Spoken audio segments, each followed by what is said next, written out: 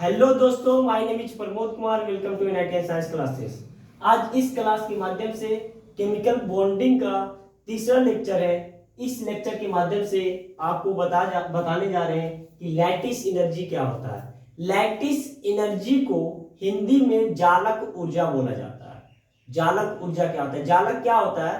जालक का मतलब हुआ कि जालक को अगर समझना है तो केमिस्ट्री का 12th क्लास का टॉपिक है सॉलिड स्टेट।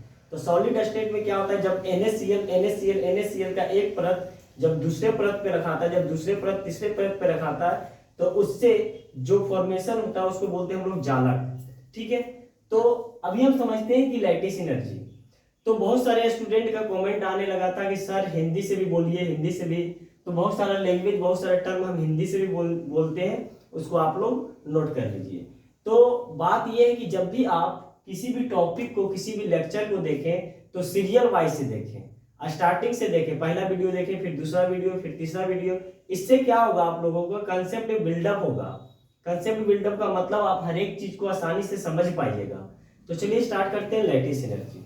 तो लैटिस एनर्जी को अगर डिफाइंड करना है तो किस प्रकार से हम डिफाइंड करते हैं वो समझते हैं। जैसे मान लिया जाए कि सोडियम और प्लस क्लोरीन को आपस में जब हम रिएक्शन कराएंगे तो बनेगा सोडियम क्लोराइड बनता है, NaCl का फॉर्मेशन होता है।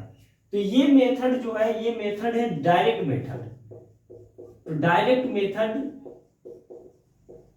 से NaCl बनाते हैं, जबकि कोई भी रिएक्शन डायरेक्ट मेथड से नहीं हो सकता है।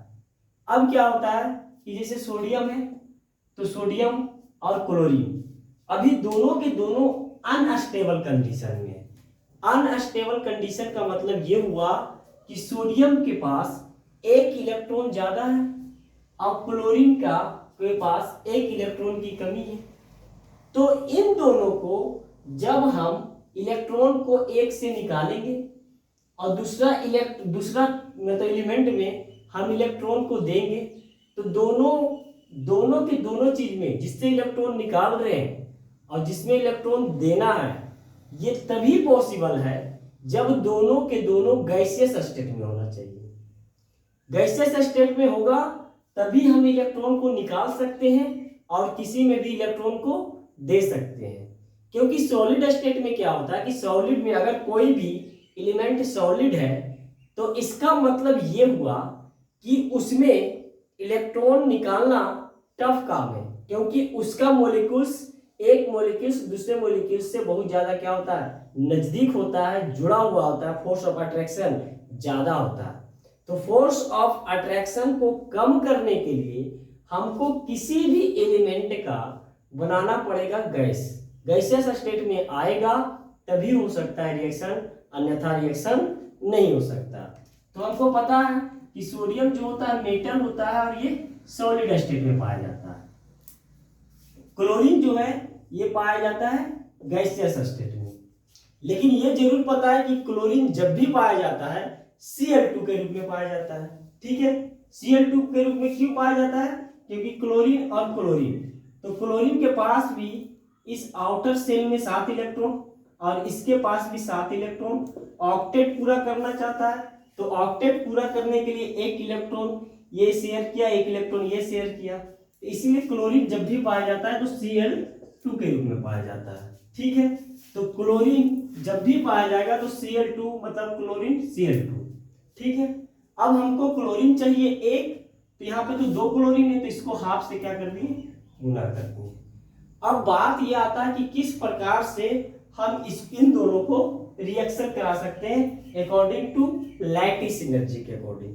तो आपको पता होगा कि जब हम सोडियम और क्लोरीन को आपस में डायरेक्ट मेथड से जब दोनों को रिएक्शन कराते हैं, तो दोनों को जब रिएक्शन कराएंगे तो दोनों से बहुत ज्यादा हीट रिलीज होता है और वो हीट बहुत सारे एनर्जी के फॉर्म में होता है। तो उसी एनर्जी को हमको समझना है। जैसे मान लिया जाए कि ये सॉलिड है, तो सॉलिड से सबसे पहले हमको गैसियस स्टेट में बनाना है। तो गैसियस स्टेट में बनाने के लिए हमको करना पड़ेगा सब्लिमेशन मेथड।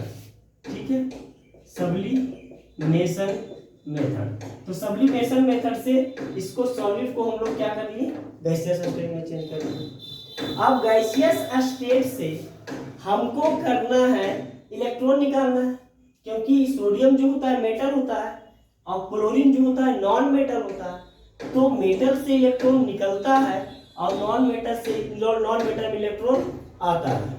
तो इससे हमको इलेक्ट्रॉन निकालना है। तो इससे इलेक्ट्रॉन निकालने के लिए किसी भी एलिमेंट से या किसी भी एटम से इलेक्ट्रॉन निकालना मतलब ये हुआ कि आयनाइजेशन एनर्जी। तो इसमें जो होगा आयनाइजेशन एनर्जी, इलेक्ट्रॉन निकालने के लिए कौन सा एनर्जी काम में लिया जाता है, आयनाइजेशन एनर्जी। और ये पता होगा कि आयनाइजेशन एनर्जी जो होता है उसका वैल्यू पॉजिटिव होता है, मतलब ये जो आयनाइजेशन एनर्जी होगा ये प्लस होगा। तो सोडियम से निकाले तो ये क्या बन गया, सोडियम प्लस। अब यहां से एक इलेक्ट्रॉन निकल चुका है सोडियम से। अब बात है कि क्लोरीन, तो क्लोरीन अभी दो रूप में है तो क्लोरीन को तोड़ना पड़ेगा। तो क्लोरीन को तोड़ते हैं बॉन्ड डिसोसिएशन एनर्जी से, बॉन्ड डिसोसिएशन एनर्जी से। तो क्लोरीन टूटा तो क्लोरीन टूटेगा, ये तो गैसियस स्टेट में ही है। अब गैसियस स्टेट में ये क्लोरीन आ चुका है।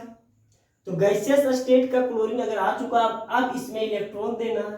तो इलेक्ट्रॉन देने के लिए किसी भी एलिमेंट में इलेक्ट्रॉन देने के लिए कौन सा एनर्जी यूज लेते हैं, तो इलेक्ट्रॉन एफिनिटी। बहुत सारे स्टूडेंट को ये नहीं पता होगा कि आयनाइजेशन एनर्जी क्या होता है, इलेक्ट्रॉन एफिनिटी क्या होता है। तो अगर नहीं जानते तो पीरियोडिक टेबल का पूरा सीरियल वाइज पूरा का पूरा लेक्चर डाला हुआ है, आप यूट्यूब पे सर्च मार सकते हैं, NITN science classes electron affinity या electron affinity by NITN science classes, आपको लेक्चर मिल जाएगा। तो बात करते हैं कि ये क्लोरीन है। तो क्लोरीन में इलेक्ट्रॉन देना है क्योंकि नॉन मेटल है। तो क्लोरीन में इलेक्ट्रॉन जब देंगे तो क्लोरीन से क्या बन जाएगा, क्लोरीन माइनस बन गया, ये भी अभी गैसियस स्टेट में। तो अगर किसी भी एलिमेंट में इलेक्ट्रॉन दे रहे हैं, किसी भी एटम्स में इलेक्ट्रॉन दे रहे हैं, तो कौन सा एनर्जी, इलेक्ट्रॉन एफिनिटी। और फर्स्ट इलेक्ट्रॉन एफिनिटी जो होता है वो प्लस होता है, ठीक है। तो ये भी आ गया सोडियम प्लस और ये भी आ गया क्लोरीन माइनस, ठीक है। अब ये दोनों के दोनों, सोडियम के पास एक इलेक्ट्रॉन ज्यादा था और क्लोरीन के पास एक इलेक्ट्रॉन की कमी थी, लेकिन अब दोनों के दोनों गैसियस स्टेट में आ चुका है, ठीक है। तो दोनों के दोनों तो अब तो स्टेबल हो गया, क्योंकि इसमें एक इलेक्ट्रॉन ज्यादा था, एक इलेक्ट्रॉन निकाल लिए। क्लोरीन के पास एक इलेक्ट्रॉन की कमी थी, एक इलेक्ट्रॉन दे दिए, तो दोनों के दोनों स्टेबल कंडीशन में आ गया। अब बात यह है कि दोनों स्टेबल कंडीशन में आने के बावजूद भी दोनों रिएक्शन कैसे करेगा, तो दोनों रिएक्शन करता है क्योंकि दोनों के दोनों गैसियस फॉर्म में आ गया। और गैसियस फॉर्म में कोई भी आइटम्स पूरी तरीके से स्टेबल कंडीशन में नहीं होता है, कुछ न कुछ उसका इलेक्ट्रॉन क्या होता है, अनस्टेबल में कंडीशन में होता है। तो इसीलिए दोनों के दोनों क्या होगा, रिएक्शन करेगा। तो रिएक्शन करने का मतलब हुआ कि सोडियम प्लस और क्लोरीन माइनस दोनों के दोनों रिएक्शन किया, और रिएक्शन करने के बाद यहाँ पे NaCl का फॉर्मेशन कर लिया। तो NaCl का जैसे ही फॉर्मेशन हुआ तो यहाँ से एक एनर्जी निकलेगी, इसी एनर्जी को हम लोग बोलते हैं लैटिस एनर्जी के नाम से जाना जाता है। लेकिन लैटिस एनर्जी जो होता है, एनर्जी रिलीज होता है, इसलिए इसका वैल्यू क्या लिया जाता है, -Le, ठीक है। अब क्या होता है, अब इसको समझते हैं कि हम आपको बताए थे कि अगर डायरेक्ट सोडियम और डायरेक्ट क्लोरीन को जब हम रिएक्शन करवाएंगे तो दोनों से हीट प्रोड्यूस होता है, और वो जो हीट प्रोड्यूस होगा वो पूरा का पूरा एनर्जी के क्या होता है, बराबर होता है। तो कहने का मतलब ये जो हीट है डेल HF ये बराबर होगा कौन कौन सा, एक हो गया सब्लिमेशन एनर्जी Se, एक हो गया आयनाइजेशन एनर्जी तो +I, एक हो गया आयनाइजेशन एनर्जी के बाद बॉन्ड डिसोसिएशन एनर्जी De, ठीक है। बहुत सारे किताब में De दिया हुआ है डिसोसिएशन एनर्जी, और बहुत सारे किताब में D/2। तो D/2 इसलिए होता है डिसोसिएशन एनर्जी क्योंकि क्लोरीन जो है, क्लोरीन दो भाग है, तो क्लोरीन का एक ही भाग ले रहे हैं, इसे डिसोसिएशन एनर्जी /2 हो सकता है, ठीक है। अब ये इलेक्ट्रॉन एफिनिटी, तो पहला इलेक्ट्रॉन एफिनिटी जो होता है पॉजिटिव, ये प्लस इलेक्ट्रॉन एफिनिटी। उसके बाद लैटिस एनर्जी जो होता है -Le। ठीक है, तो ये हो गया पूरा का पूरा रिएक्शन में जो एनर्जी इन्वॉल्व होता है वो इसका हो गया। तो अगर आपको हीट दिया हुआ रहेगा, सब्लिमेशन एनर्जी दिया हुआ रहेगा, आयनाइजेशन एनर्जी दिया हुआ रहेगा, डिसोसिएशन एनर्जी दिया हुआ रहेगा, इलेक्ट्रॉन एफिनिटी दिया हुआ रहेगा, तो लैटिस एनर्जी आराम से हम लोग निकाल सकते हैं। तो इस चीज को हम लोग फिर से समझते हैं। तो सबसे पहले हम लोग क्या किए, सोडियम लिए, क्लोरीन लिए, दोनों को आपस में जब रिएक्शन कराएंगे तो डायरेक्ट मेथड से NaCl बना। तो NaCl जब बना तो इन दोनों से बहुत ज्यादा हीट प्रोड्यूस होगा, वो हीट प्रोड्यूस ये सब एनर्जी के क्या होता है, बराबर होता है। ठीक है, तो सबसे पहले हम लोग इनडायरेक्ट मेथड से करते हैं। तो इनडायरेक्ट मेथड से सोल्व करने का एक ही तरीका बोर्नहाइमर थ्योरी। तो बोर्नहाइमर थ्योरी के अकॉर्डिंग हम सबसे पहले किसी भी सॉलिड को आपस में रिएक्शन नहीं करा सकते हैं। तो इसके लिए हम लोग सबसे पहले क्या किए, इस सॉलिड को गैसियस स्टेट में चेंज कर दिए। तो किसी भी सॉलिड को अगर गैसियस स्टेट में चेंज करेंगे तो सब्लिमेशन एनर्जी यूज होता है। ठीक है, फिर इस गैसियस से इलेक्ट्रॉन निकाल रहे हैं, तो इससे इलेक्ट्रॉन निकालने में कौन सा एनर्जी यूज होता है, आयनाइजेशन एनर्जी यूज हुआ। फिर आयनाइजेशन एनर्जी जैसे यूज हुआ, एक इलेक्ट्रॉन हम निकाल लिए तो सोडियम से क्या बन गया, सोडियम प्लस, गैसियस स्टेट में।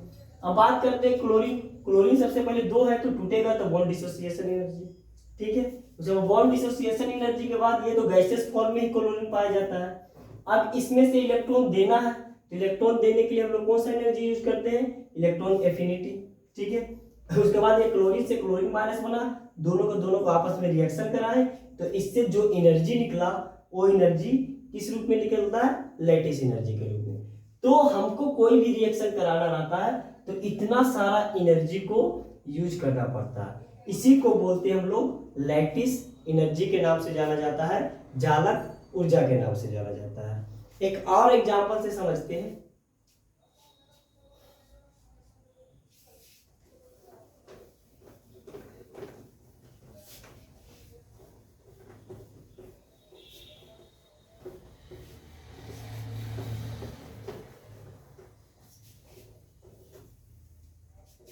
जैसे बात करते हैं मैग्नीशियम प्लस हाफ O2, ये बना देगा मैग्नीशियम ऑक्साइड। अब ध्यान से ये समझना है कि मैग्नीशियम का परमाणु संख्या होता है, एटॉमिक नंबर 12 होता है। तो ये टूटता है जब 2, 8 और 2 में टूटता है, मतलब इसमें आउटर सेल में कितना इलेक्ट्रॉन है, 2 इलेक्ट्रॉन है, दोनों को दोनों इलेक्ट्रॉन क्या एक्स्ट्रा पड़ा हुआ है। तो दोनों इलेक्ट्रॉन एक्स्ट्रा पड़ा हुआ है, तो यहाँ पे जो आयनाइजेशन एनर्जी आने वाला है, इलेक्ट्रॉन 2 बार निकलेगा। ठीक है, अब बात करते हैं कि किस प्रकार से इसको सोल्व किया जाता है। तो ये तो हो गया डायरेक्ट मेथड, डायरेक्ट मेथड से हीट निकलेगा। ठीक है, तो सबसे पहले मैग्नीशियम जो होता है सॉलिड स्टेट में होता है और O2 जो होता है गैसियस स्टेट में होता है। तो सबसे पहले सॉलिड से हमको किस में चेंज करना है, सॉलिड से हमको चेंज करना है गैसियस स्टेट में। तो गैसियस स्टेट में चेंज करने के लिए Mg को गैसियस स्टेट में चेंज करने का लोग कौन सा एनर्जी यूज करते हैं, सब्लिमेशन एनर्जी।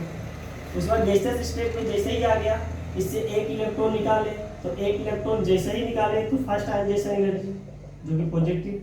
ठीक है, फिर एक इलेक्ट्रॉन निकालना पड़ेगा क्योंकि आउटर सेल में कितना इलेक्ट्रॉन रहता है, 2, तो एक इलेक्ट्रॉन और निकला तो बन गया Mg2 प्लस गैसियस स्टेट में, ये बन गया आयनाइजेशन एनर्जी सेकंड। ठीक है, इसी तरीके से O2 का बात करेंगे तो O2 तो गैसियस स्टेट में ही है, तो सबसे पहले ये क्या होगा, डिसोसिएशन एनर्जी इसमें यूज होगा। तो डिसोसिएशन एनर्जी या बॉन्ड डिसोसिएशन एनर्जी के नाम से जाना जाता है। तो ये टूटा तो ऑक्सीजन।